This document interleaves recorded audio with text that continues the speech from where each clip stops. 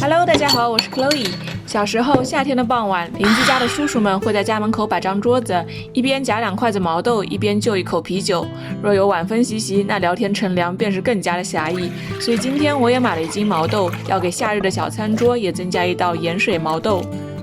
买来的毛豆反复清洗几遍后，两头各剪1个口子，方便入味。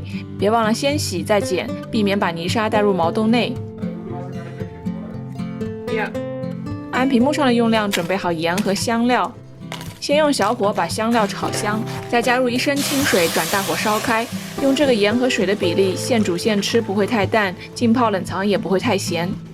盐水烧开后倒入毛豆，再加入1丢丢的小苏打，可以防止毛豆变黄。